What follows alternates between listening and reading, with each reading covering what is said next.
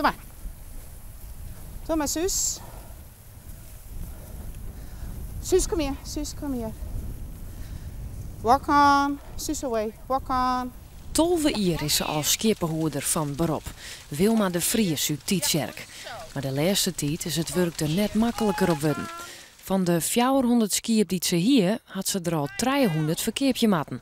Omdat het financieel net meer uit kan. Ik heb echt tranen met tuiten gehuild dat ik het koppel bij elkaar zag de laatste keer, 400 stuks.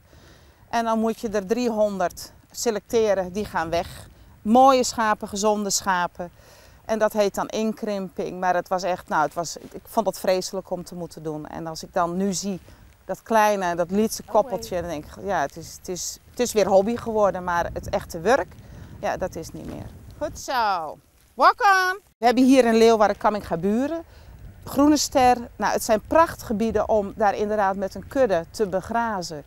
Als de provincie, want die krijgt het weer van de overheid, de subsidies niet ontvangt, dan zal de kuddes als eerste weggesaneerd worden.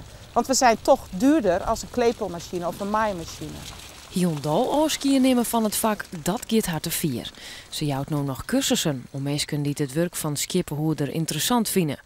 Maar ze is benauwd dat het beroep volgens Hyundai verdwijnen kan als de politiek net ingrijpt. Zoals het er nu voor staat, denk ik dat het maar voor heel weinigen nog weggelegd is om te kunnen blijven doen. Deze overheid die Nederland gekozen heeft, die heeft toch bedacht dat de natuur een minder belangrijk iets is. En dan is het wat mij betreft nu einde het vak herderin. Staatssecretaris van Landbouw Henk Bleker zal het probleem takkenmannen in de Tweede Kamer bepraten. Al gaan het er al loeren dat er geen stiepen komt.